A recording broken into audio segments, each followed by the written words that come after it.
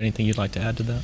Yeah, just as a practical level, I think one of the things that a lot of the scholarship surrounding Reformation and post-Reformation theologies and the debate surrounding the Trinity, I think it's perhaps time for Protestants to reorient how they think about ecumenism. I'm not arguing here for wishy-washy, relativizing all differences, but one of the things that strikes me is Protestants seem to think that agreement on soteriology relativizes fundamental disagreements on the doctrine of God. And I want to say maybe we need to rethink that. Maybe we need to think about fundamental agreements on the doctrine of God as being our starting point. Now that unfortunately divides Matthew and myself from some people that soteriologically we might stand closer to. But I wrestle myself with the question of what does it mean to agree that we're all saved by Christ if we actually don't agree on who Christ is? Yeah.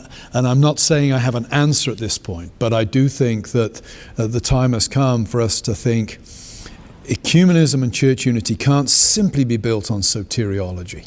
There is a prior question or set of prior questions on the Trinity and on Christology that need to be up front and central in how we think about church unity, how we think about church tradition, how we think about the path forward.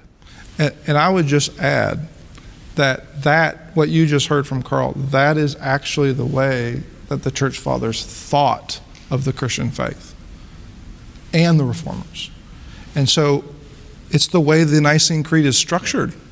Before they move into what has Christ done for us, they first have to explain not just who is Christ, but who is the Trinity. What do we believe about the Trinity?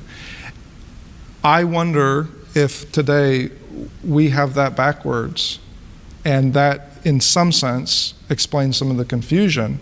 And so yeah, I would just want to echo what you've said, Carl, because these are matters of first importance. These are even matters of orthodoxy.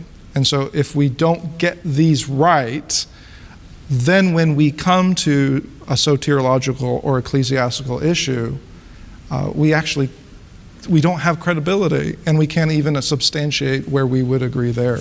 So that disagreement is not to be taken lightly.